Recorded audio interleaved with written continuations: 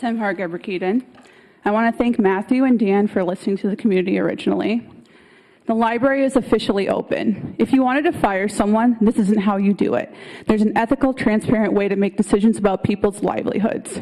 Even the people I don't get along with deserve dignity, respect, and a fair process, something I was never afforded.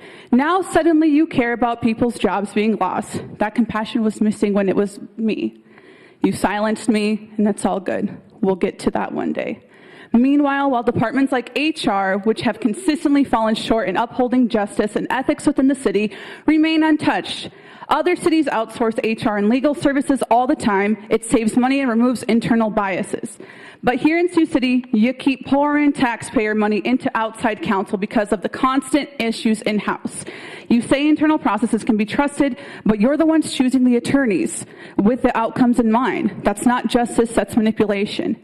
If we're talking about unnecessary spending, let's talk about the mountains of money y'all have spent hiring lawyers for investigations involving your own leadership.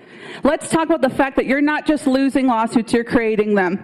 Real leaders will take accountability. You all, you pass blame and you cut from the people actually doing the work. And let's not forget the audacity to talk about crying budget cuts after you voted to give yourselves raises. Really? How dare you guys sit up there and pretend you're being forced to make hard decisions while padding your own paychecks? Can I get a job like that? Alex, you can roll your eyes all you want, but at the end of the day, you are what you vote. Don't tell us you're being forced. You're choosing every time to cut from the wrong places.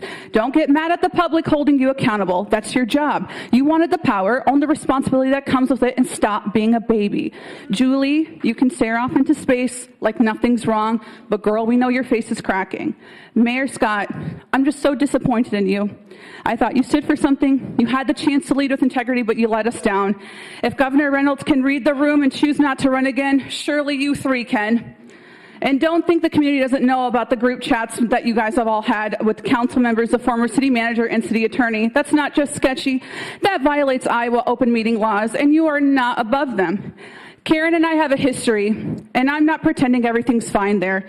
But let's be clear, Karen is the only queer and person of color department head, which makes us all look extremely suspicious. Cutting her budget while ignoring deeper issues with the city structure isn't just bad politics, it's deeply concerning. It's inconsistent with the commitments you all made with your strategic plan initiatives.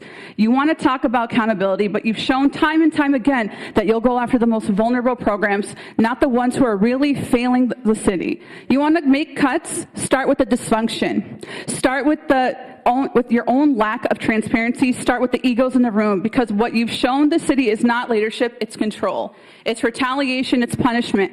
I hope Karen sues the city, because cutting her budget was never about money, it was personal. Instead of gutting the Human Rights Commission, maybe you should have cut the rot out of your ranks, because at this point, the only thing we're asking for is accountability, leaders, and who actually serve us.